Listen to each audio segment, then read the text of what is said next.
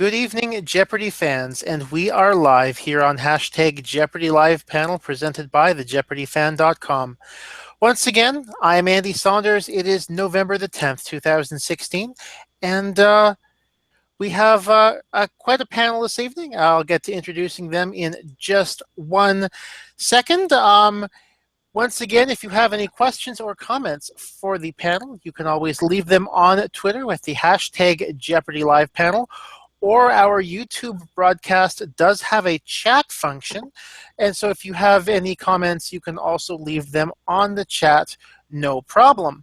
So I'm going to start introducing tonight's panel, as always, in order of when their first episode aired. So first up, welcome back to hashtag Jeopardy Live panel, Lori McDougall, as well as a cat by the looks of it. Yes, this is Penny, who is apparently going to help tonight. No problem there. Pets are always welcome here on hashtag Jeopardy Live panel. And also Vivek Ravishankar,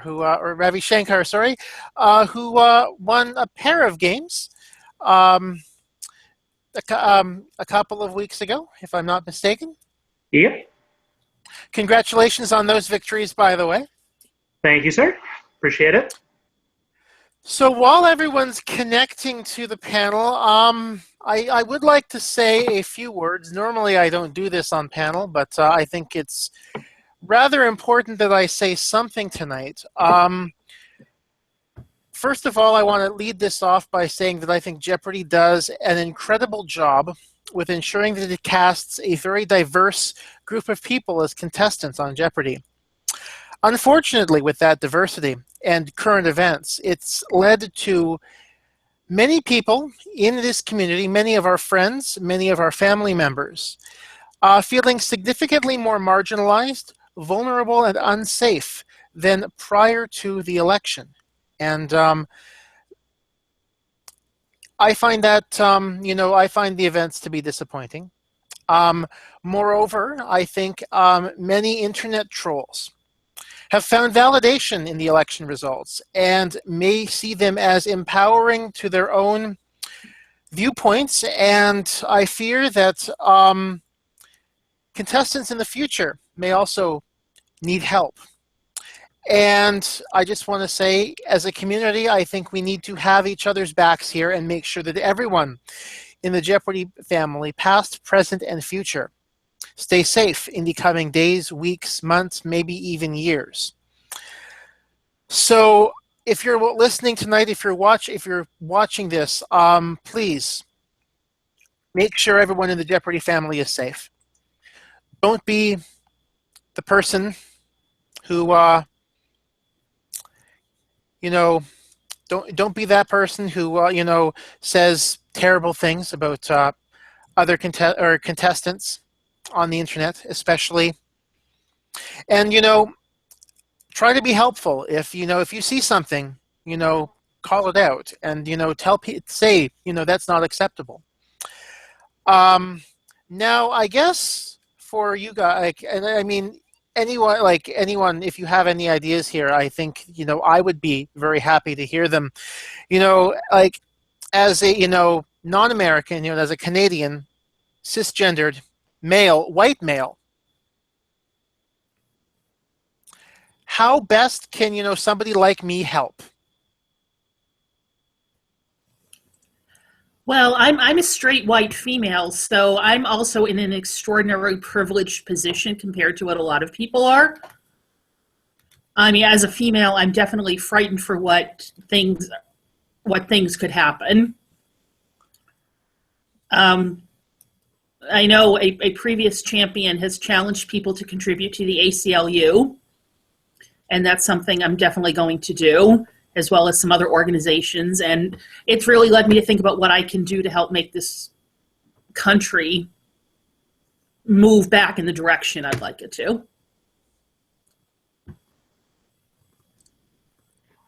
Not a ton to add here, except to say I too am disappointed.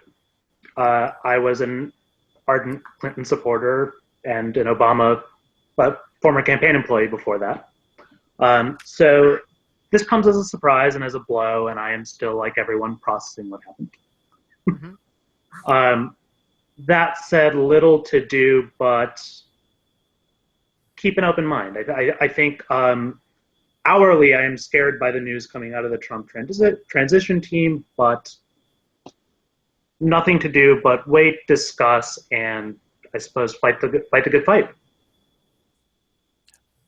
Okay. So, once again, if you have any questions or comments for the panel, you can leave them on the hashtag Jeopardy Live panel. Also in the YouTube chat, as always, if I like what I read, I will read it out and use it to contribute to the panel. Also, once we get on a little later on tonight's panel, I will be asking one question. It's Jeopardy related, and I think it might have some opposing viewpoints. So I think I'm interested to hear what everyone has to say about that. I think a good spot to start here is a question right here for Vivek.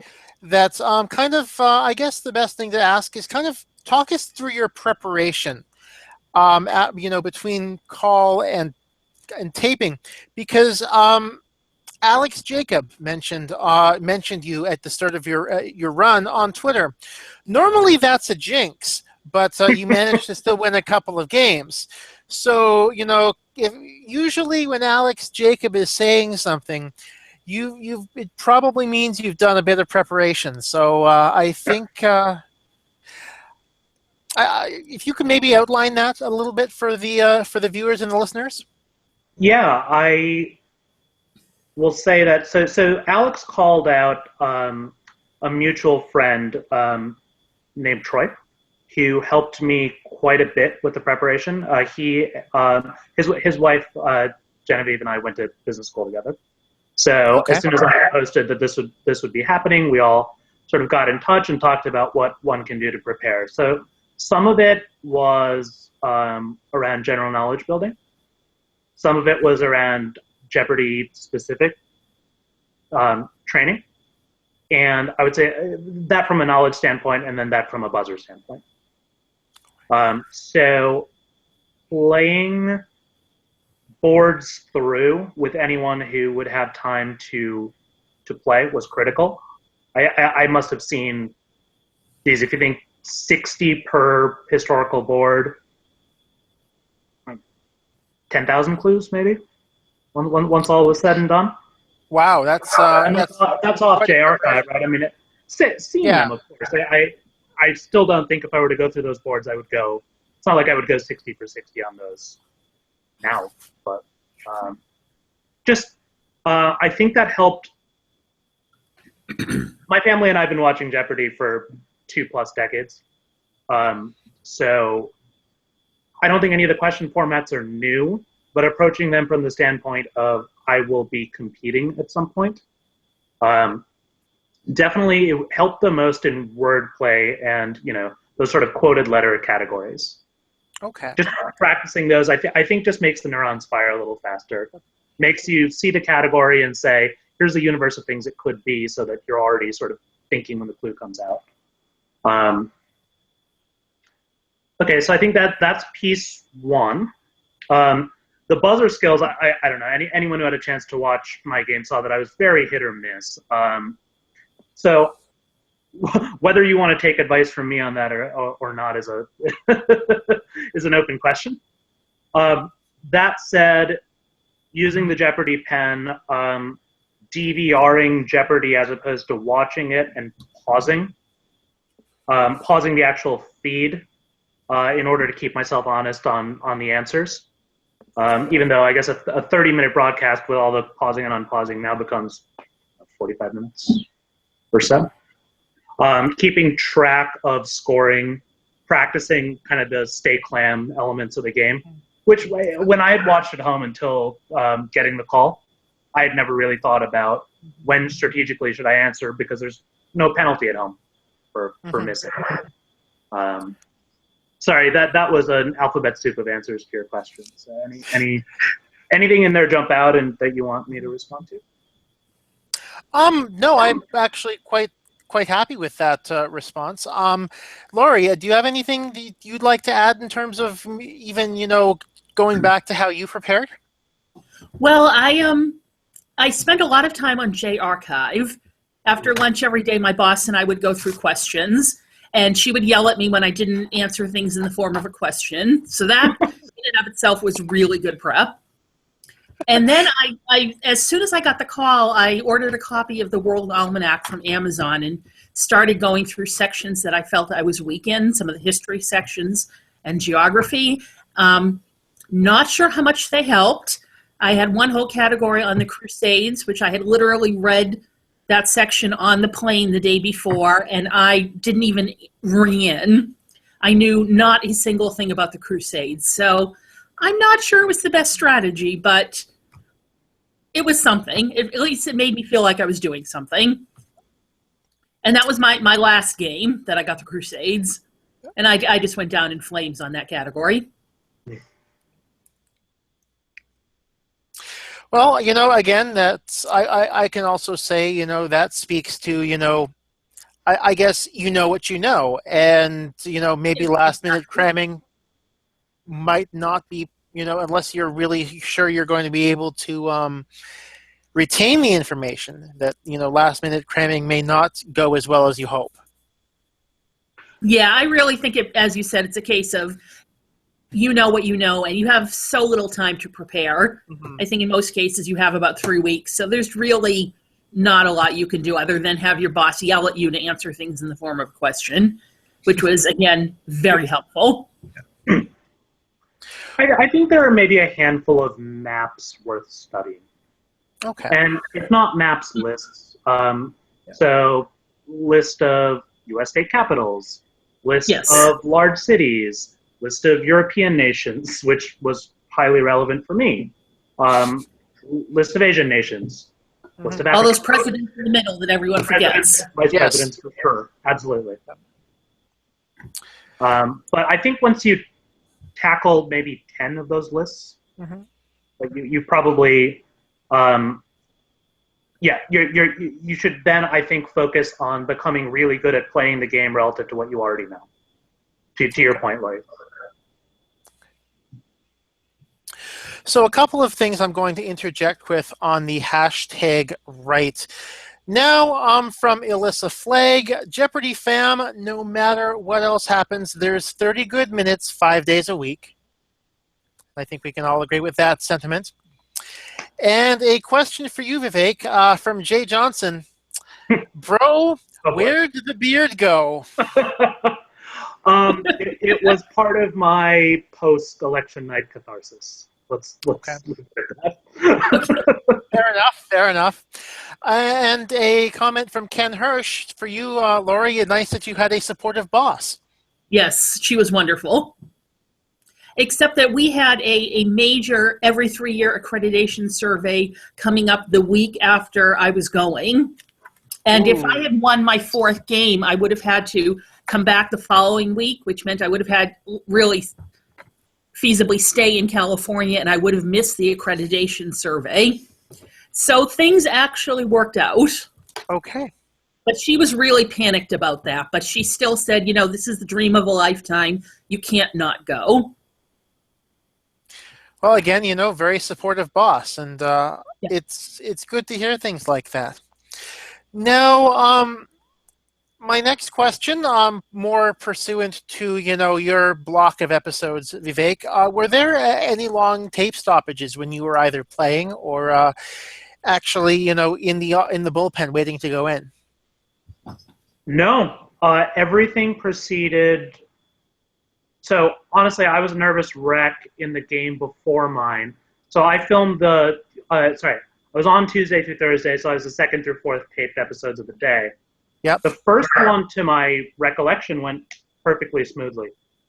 And then in my 3 games, there were no debates about whether a response was correct or not. And there were relatively few mispronunciations by Alex that needed to be taped over. So everything went pretty smoothly. Second game might have been a little longer, and I think a part of that might have been my fault because I did not dress for the occasion in the second game and was sweating bullets. So I think dealing with me with makeup became its own little adventure. I feel as though there were some. I seem to recall there being some comments on Twitter that you were sweating significantly during that game.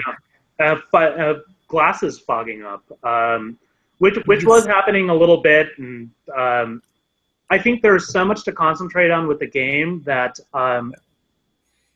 they were really nice and told me just when there's a down moment, just kind of dab yourself down, etc. But there's already so much to concentrate on, and I was kind of embroiled in a buzzer war in game 2 to begin with, so I just did not take that advice as I should have. But fortunately, it worked out, and then changed back to more comfortable clothes for game 3. Yes, I mean, by the looks of it, yes, you were embroiled, by the way, or at least looking at the numbers from that game, you were certainly embroiled in a 3-way buzzer war with Courtney and Dennis. Everyone was very, that was one of the most equal games on the buzzer of the season, so.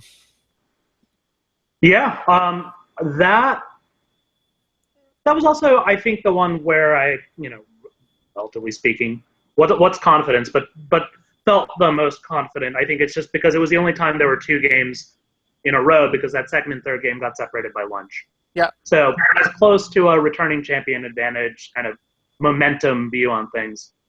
A little bit there, I think. Okay. Because lunch just completely threw me off. Well, now that you mention it, the lovely... I think that's a good spot to go next. So what did you have for lunch at the Sony commissary, and how did that affect things in the final game? So I had read prior to this a book that I wouldn't be surprised if you guys have read already, Prisoner of Trebekistan by Bob Harris. Yes. And he talks about how part of his prep was actually getting used to eating the sandwiches. I took that for humor and didn't do it. And one regret is that I didn't. Between the jitters and, I'm not the kind of guy who gets a great night of sleep before a test. So, not a great night of sleep either. I just couldn't keep proper food down. I look at a sandwich salad, say I'm not. So a bag of Sun Chips and a Diet Coke. And I think it I don't know if it affected my performance or not, Certainly didn't help, but I don't think it hurt. Your Coriat was minus 400 in Double Jeopardy, the game you lost. Yeah, it was brutal. It was categories that were rough. It was me being spooked throughout the game about getting killed on the buzzer. Rachel Hopkins was just fantastic on the buzzer and seemed to know quite a bit about the categories that I had hoped would be my wheelhouse. I'm a huge New England Patriots fan, so losing a question on Bill Belichick really that's broke me a little bit early. That's like in the first 7 clues you're seeing, and like, oh my God, she just got the opponent just got the question in my wheelhouse. Exactly. So much of this is psychological, and I think no need, at least for me, to look any further than that third game and the first commercial break of it. And I think I was just, I was playing not only from monetarily behind, but just from psychologically way behind at that point. Can you speak to the psychological? You asked me 10 times out of 10, I know that Jack Ma is the CEO of Alibaba now. Like in my not under the lights mind, but. Now, can you speak to the psychological aspect of things too? Being there as a champion, Lori? Well, I think a lot of it was, for me, by my 4th game, was just sheer fatigue. I think people, the viewing audience, do not realize that we tape shows 5 in a day. And so apparently there was somebody on Twitter, I didn't see this one, but I heard about it later, who said, geez, what happened to Lori? She was so great for 3 days, and then Friday it was just, duh. And I think I was just really tired. And the guy that beat me, he just played a better game than I did. I found myself making stupid mistakes in that last game, and I think a lot of it really was just fatigue. That's, I think, again, that's something that people, should consider preparing for is, can you get through 5 in a day? And, that's something you may have to do. Yeah. Now, going back to your first game, Vivek, there was a lot of shock on the internet about the ending of your first game. How shocking was Thea's miss on that final Jeopardy to you and to others, I guess? It was, it was 100% shocking to me. I was trying my best to stay in the weeds, so I knew that, if you were to think about it from the way that you tabulate scores, her Coriat was very high in that game. Mm-hmm. Yeah, she had come off a game in which she had played incredibly well, so and very balanced across categories. So I had every reason to believe that she got that question. Oh yeah, it was. I am thinking about racking up a $2,000 dinner and bar tab when they show that she put France down. But at the same time, I completely get it. I was fortunate enough to get my final Jeopardy questions as the roll of the dice happened. But I have certainly seen many episodes at home where I could have been on the other side of that coin. Mm-hmm. Mm-hmm. So, yeah, that's sort of. It was shocking to me. It was the first thing my guest section brought up. So obviously I didn't get to talk to them until after my loss, so 3 hours later. But after congratulating me, that was the first thing they brought up. France? But it happens. As someone who's watched the show for 20 years, I've seen it happen, I don't know, 500 times. Oh yeah, it happens all the time where, it seems like there's an easy final for most people. And playing along at home, I've missed finals that have pulled over 80% on Jboard. And it happens to everyone. Strong player may have been a strong category for her, but just somehow everything didn't line up in the clue. I think it's possible that under the lights you just don't see alphabetically first, or somehow it just doesn't stay in your head as you're thinking through the answer. Yeah. Okay, so I am just hearing from Ken Hirsch, also on the various news sites as well. Apparently, I think Leonard Cohen has just passed away, the great Canadian singer-songwriter. I'm sorry, who passed away? Leonard Cohen. Oh my goodness. That's... That just happened? Or we're just hearing about it now. Oh my goodness. Mm-hmm. Well, yeah, once again, 2016 bites. I think we can all definitely agree with that one for sure. Wow. His songs are incredible. Mm-hmm. Was it one of the Gladwell podcasts or something like it where they talked about the evolution of the song Hallelujah, the different versions of it, and the paths it took first to Leonard Cohen and then ultimately all the versions that followed, which I thought was very good. But yeah. Yeah, okay. Wow, another tough one for 2016 for sure. Okay, my next, there's nothing else on the hashtag at this point, so my next question, when you went out to Culver City, what did you do? Also, Lori, I don't know, did I ask you this when you were on before? I'm not sure. Okay, so I guess you both get to answer this one. Would you like to go first, or shall I? You can go first. Sure. So we taped on a Tuesday. I flew out to catch up with some friends on Saturday. Spent Saturday, Sunday staying with them in Santa Monica. We just kind of walked up and down the pier. I was really of the mind that any more studying, looking at a laptop was going to be certainly not productive and potentially counterproductive. Sort of you've done what you can at this point, and just have a good time. So we went and saw the sights, hung out on the Santa Monica Pier, watched some sports, and took it easy. Monday night stayed at the sort of Jeopardy approved hotel, which is that Hilton in Culver City.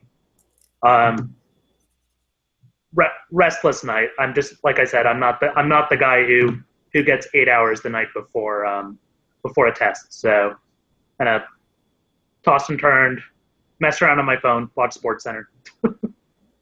Got up bright and early. The contestants are obvious at the hotel because it's everyone who has 3 sets of clothes, and is waiting for a van. Mm-hmm. So mingled with the folks. I think the one I talked to the most might have actually been Dennis, because he was at the. So Dennis is one of the folks I played in the second game. Okay. But honestly, I think conversation in the green room was pretty balanced. There's the part of it where Maggie puts on a wonderful show and gets us all excited, and then I think we were all just friendly. No one was particularly nervous. No one was aggressive, dominant personality in the room. We just had a good time, nerded out some, and eventually it was time to play. Well, I ended up flying on Wednesday with my mother. Barely made the flight because we missed our 8 o'clock shuttle. And seriously, the only reason we made our flight was because my mom is elderly and we got her a wheelchair to go through security. Otherwise, I would have been the person trying desperately to get there Wednesday night. And apparently, there was one person in our pool who did not make it because of a storm in Denver. So they ended up calling, I believe, Carrie Finkelstein to come in that morning. He had been in on, I think, Tuesday, and then they brought him back, and he played on Thursday. But Mom and I went out on Wednesday, went to Santa Monica Wednesday evening for dinner, and just walked around and enjoyed it. And then the same thing, Thursday morning, got up, got ready, went with my tote bag of clothes. And the first person we met was Liz Hagney Lynch, who we started talking to her, and she sort of my mom, we found out that she was the returning champion, which she was trying to keep quiet about, but ended up having a great conversation with her about her daughter and their love of Broadway theater. And since then, I've actually met her several times when I've gone down to New York to see Broadway shows. I've met her for lunch, which has been awesome. And it was just a great group of people.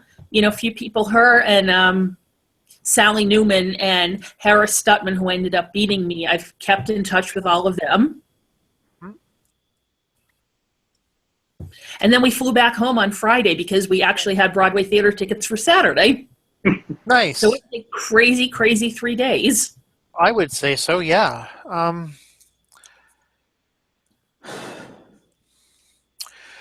So my next question for you guys, how different is it watching the show now that you've, been a contestant on Jeopardy? Well, I found that when I see people hesitating and not calling out the categories quickly, I'm much more impatient with them than I used to be because I'm sitting there yelling at them, "You're leaving money on the board," just like they did during those commercial pep talks.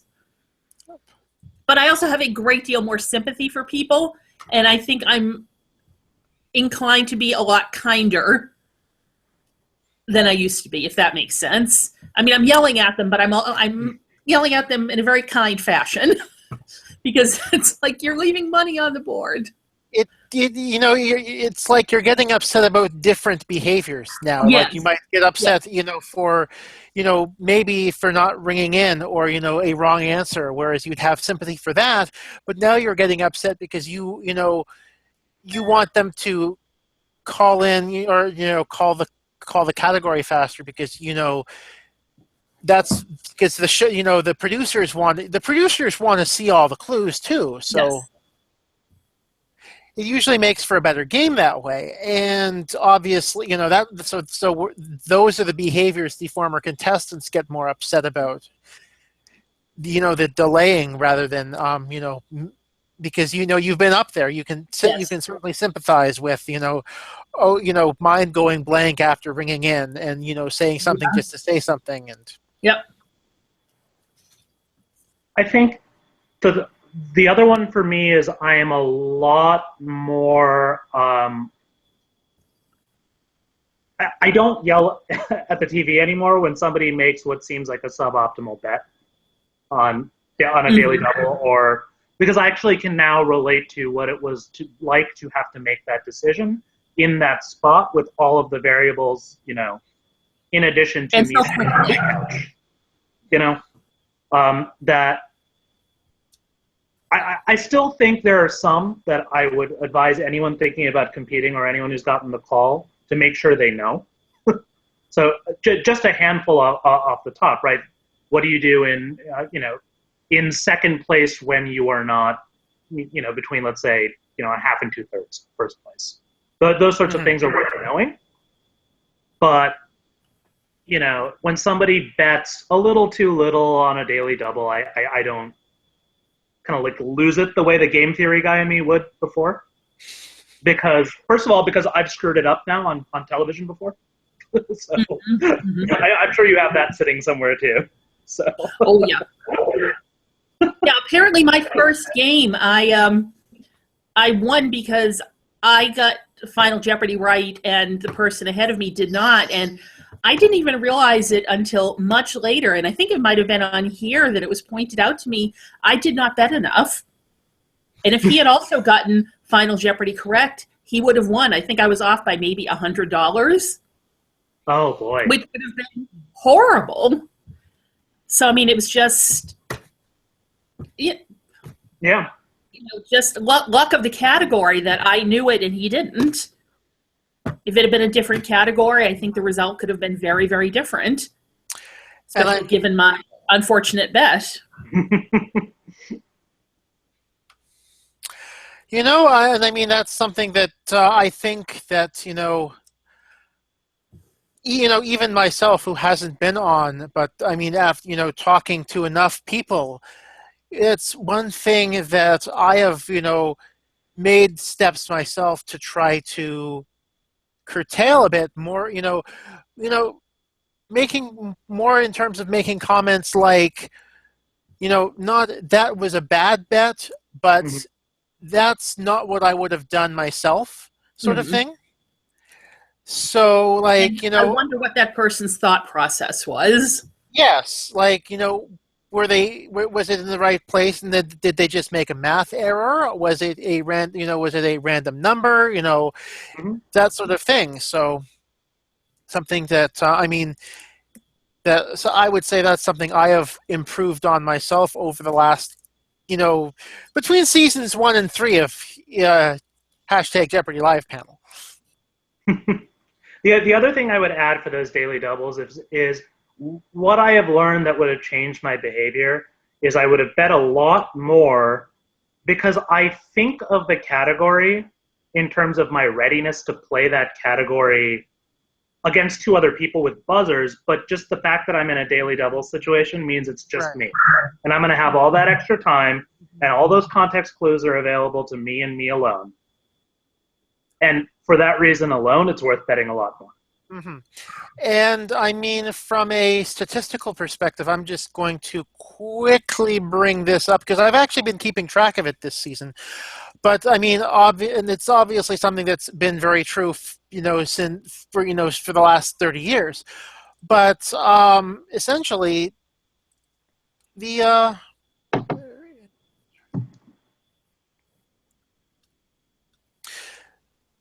here are my numbers. Yeah, but on daily doubles this season, the players are 61% and Final Jeopardy 48%. So, being that you're generally more likely to get a daily double right, people seem to underbet daily doubles and overbet Final Jeopardy in a number of cases. Interesting. That sounds right to me. there's a bit of a, I don't know, there's a bit of disconnect because at Final Jeopardy it is very much pure one stage game theory, and you don't really get to keep the money in second or third place. So there's probably some math to do there, but I definitely see your point, right? Yeah. That But I mean, from a daily double perspective, you are very lucky to get in that spot. The other thing I would have done is so the guidance I was given was, at least in the first game, just pick the categories kind of straight up and down. Pick the categories you're most comfortable with. Try and just get comfortable up there. I would have done the whole bouncing around, started, really focusing on the third and fourth questions from the top. But you live and you learn. Yeah, and I mean, also, had you done so, I suspect you might have received wrath from many people on the internet. There are a number of people for whom I mentioned this last episode, the whole idea of a platonic Jeopardy ideal as to how they think the game should go and should be played. And for a lot of people, that platonic ideal has, you go top to bottom, come hell or high water, and if not, you will hear my wrath. That is for sure. But not the Jeopardy I was raised on. But as another data point for the underbetting daily doubles whole deal. I don't know if I don't know if you guys are paying attention to Sports Jeopardy at this point. No. But Earl Holland, he's the current Sports Jeopardy super champ going on a run. He is currently perfect on his daily doubles, and his average wager on them has been 1,600 points. So again, that's once I get around, once his run ends and I interview him, I may ask him about that. But I definitely think that's one case where maybe might not be a bad idea to bet a few more points. Yes, if you have if you have a lot of confidence that you're going to get it right. Well, I don't know if he had a lot of confidence he was getting it right, but the numbers are bearing out that he's been doing very well on them. He's 12 for 12 on daily doubles, but that's I mean, you bet the house in that situation, and plus, I mean, he has probably got to be assuming that most of the time any dollars he banks from daily doubles are going to turn into real dollars, right? Because he's for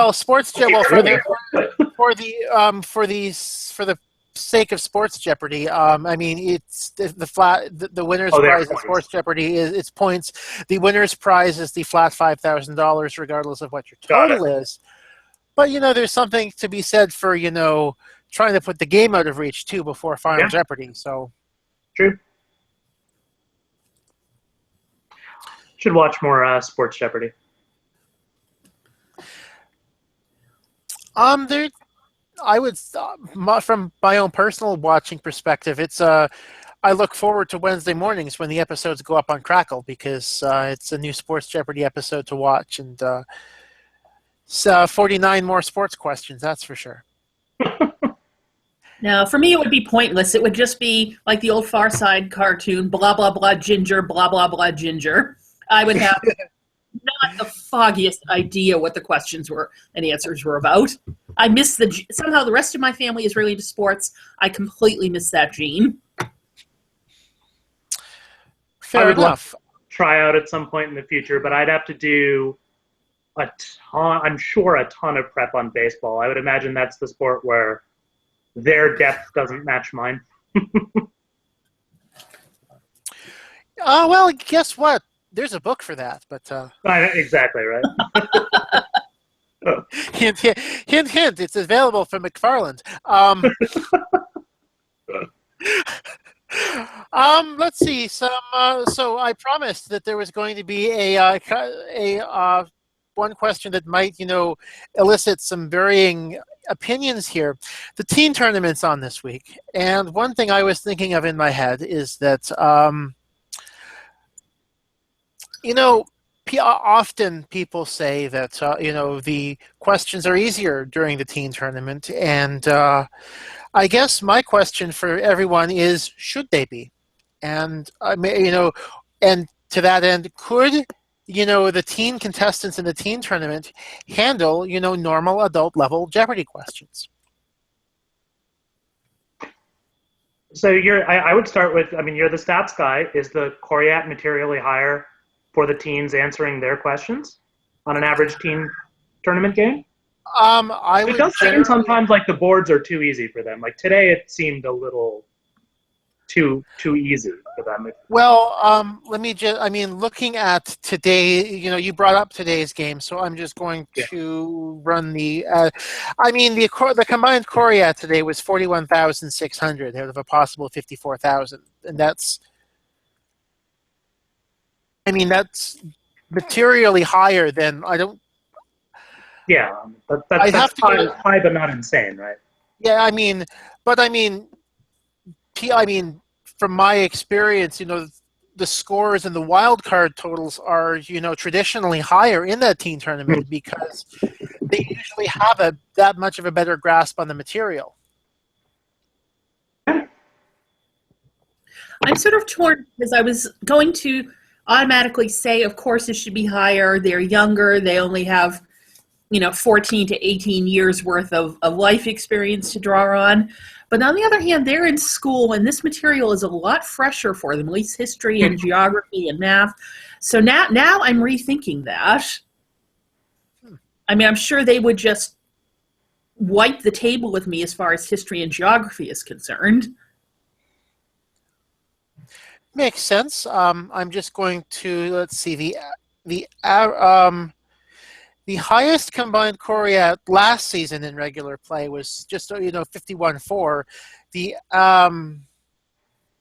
The average Coriat is around 33,000. So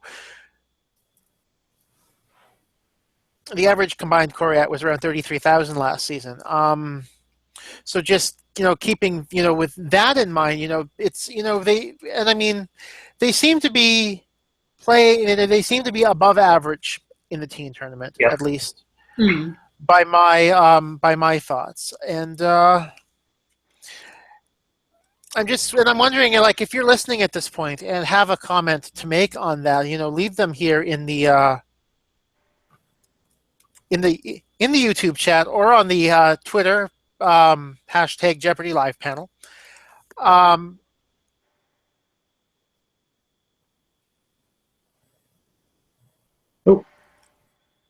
Any other thoughts on this before I move on and and cycle back around once anyone says something? Yeah, and I think I might be cutting out in and out. Can you hear me? Yep. The thing that I would want to add is, to the extent that it's about getting younger viewers to watch and to feel comfortable with the format and feel like they can answer some of the questions, a game where they can answer 15 or 20 maybe, as opposed to a regular board where that number might be 5 or 10, is valuable, right? I could imagine wanting to introduce somebody to Jeopardy that way. I think Vivek might be having some audio or audio-video difficulty.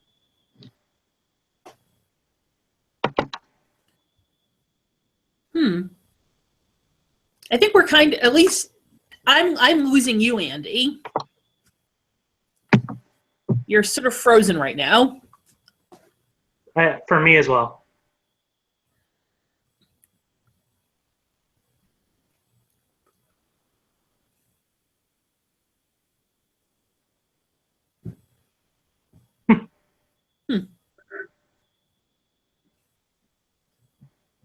So nice to meet you. Nice to meet you too. Where are you based? I'm in Boston. Okay. I'm in Central Connecticut.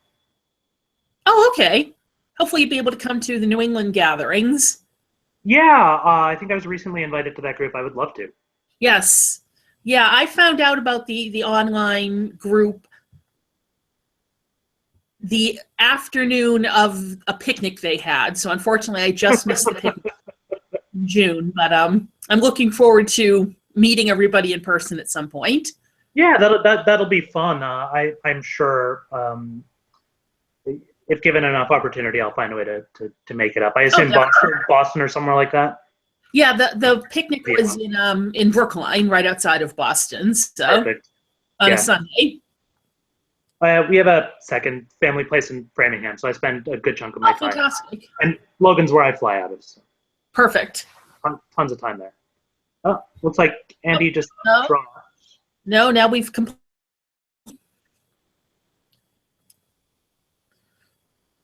Okay. So, hello, viewing audience, while we're waiting, if they can even see us.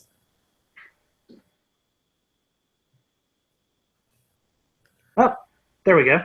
Andy is back twice. Okay, so I have returned. I'm sorry about that. Apparently, my own internet went down. I'm not quite sure how. I hope you guys were able to carry on there. In any case, that will be a good spot for me to put in the advertisement that I was going to for the Jeopardy fan store. What did you guys last hear from me before I kind of disconnected? I heard that I was having audio-video difficulties. Oh, okay. And then apparently we realized that was me having the audio-visual difficulties, for which I apologize.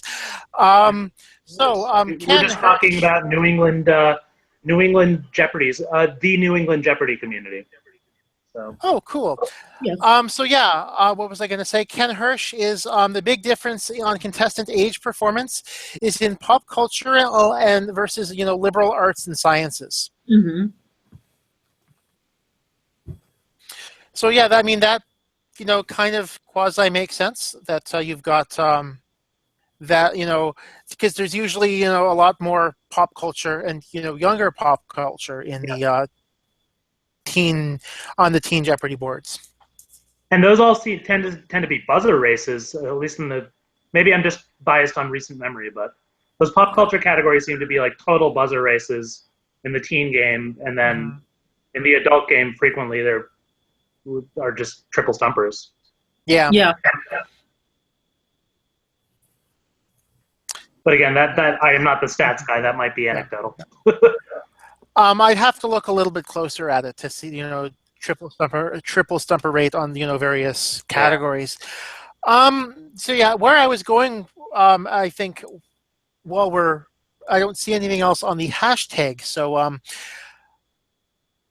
as I was saying, Lonnie brought this up last week, and I think it's something I need to add to the, or at least re-add to the standing questions. So here we go. What did you talk with Alex Trebek about at the, during the credits rolling? Do you remember? I do.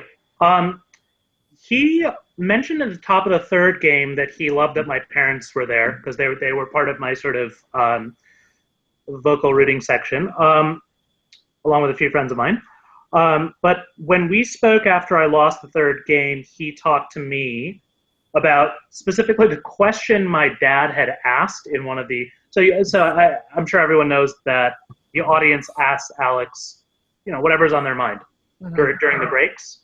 And my dad had asked Alex, I guess, particularly relevant given the events of Tuesday, what he thought of having candidates for presidential office participate in a televised game of Jeopardy. And so Alex answered, I'll summarize as he was not too optimistic about the state of the 2016 race, nor about how he thinks any of the candidates, Clinton, Trump, Gary Johnson would do in such a game. But anyway, he and I just wound up talking about how, he thought that was a great question. But, best of luck with things. It's really short. It flies by. You're still, even though you have been up there, you're starstruck by Alex still. So yeah, that's my answer. Okay. Yeah, I honestly don't remember a lot of what we discussed. It really was kind of a blur. Aaron, and I was the only person who got it.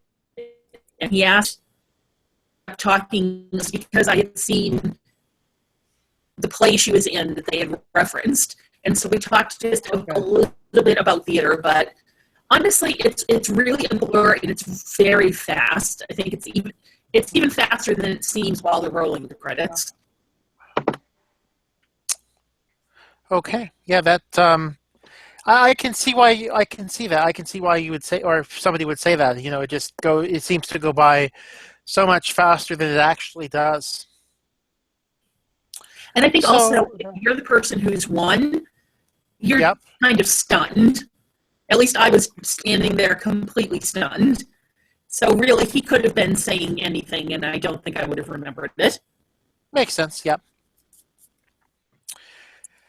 Now, the last question before I declare it open season, because I just have the one left on my own card here, because this is the one Sarah Edwards asked a few months ago, and I've kind of asked it every time out since, because it seems like every single person who's been on Jeopardy has that moment where they've fallen in love with Jeopardy at some point, and I'm curious to know.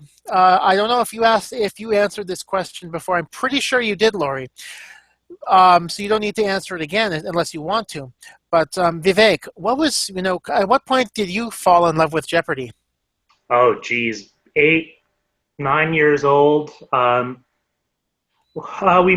remember because right around when we moved to the house I spent most of my youth in. But we would all sit, little brother, probably an infant back then, me, my parents, and I would get, I'm sure this resonates, I'm sure, with a lot of people, but I would get a quarter for each correct answer. Then I would get, 5 cents or something per $100. And then very soon that became untenable. And we still watched anyway for no financial gain on my end. But no, I watched Jeopardy whenever I could. It gets harder and harder with time, with more and more commitments in high school. I think even high school, maybe 3 days a week, 2 days a week. College, I would try and watch it when I could. But yeah, I've been a diehard fan forever. I've never really thought, the way I think about the game now. That probably started when it became real for me that I might be a contestant. But I've watched it less strategically and caring more about getting the answers for 20 some odd years. Nice. I always enjoy, Yeah. Go ahead. Sorry, I was just going to ask, Vivek, how long did it take you to get on? Sorry, how long did it? All I heard was how long did it take you to get? To get on this, like how many auditions? How long did it take you to get on the show? Oh, I took the online test in January, auditioned in June in New York, got the call in July, and filmed in August. So just the once.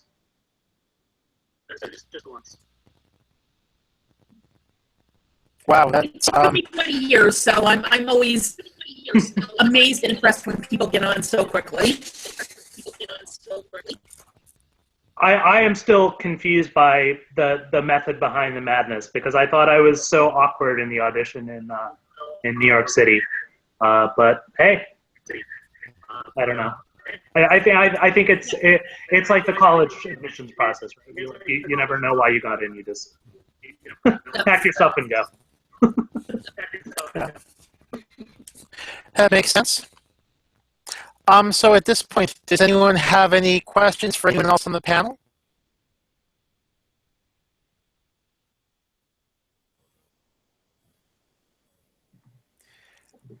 Am I to read this as audio-visual issues, or am I to read this as, no questions?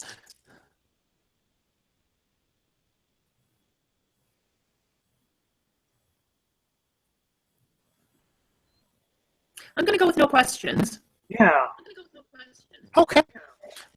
Fair enough. Yeah, because again, I apologize for my own difficulties here. I'm actually on my backup internet at this point. For some reason, the main internet, I guess the first set of internet, my normal internet has gone down, and I had to. I'm currently tethering to my phone, and thankfully I have a lot of data. So. Oh boy, yeah, there is quite a bit of Yeah. feedback coming from your end. So, Okay, I do apologize for that. I'd No like worries. to at this point. I think that it's probably best if we say thanks for coming on the panel tonight, both Lori and Vivek, and the next episode of Jeopardy Live Panel is coming up. I'm guessing probably between the semifinals and finals of the teen tournament. At some point that weekend. Yeah, so also best of luck, best retroactive luck to Jay. I'm sure he's watching again. Of course, his airing, he was on last week's panel. His airing is Thanksgiving Day, November 24th. So thanks, guys, for tuning in and coming on. Remember, also you can subscribe to the audio simulcast, and I'm sure the back half of the audio will be absolute junk, but I'll publish it anyway. So, Okay. Thank you, Andy. Thanks, Andy. So yeah, thanks for coming on tonight. Let me just get I'm just going to get the credits card up. So. There we go, slowly. Come on.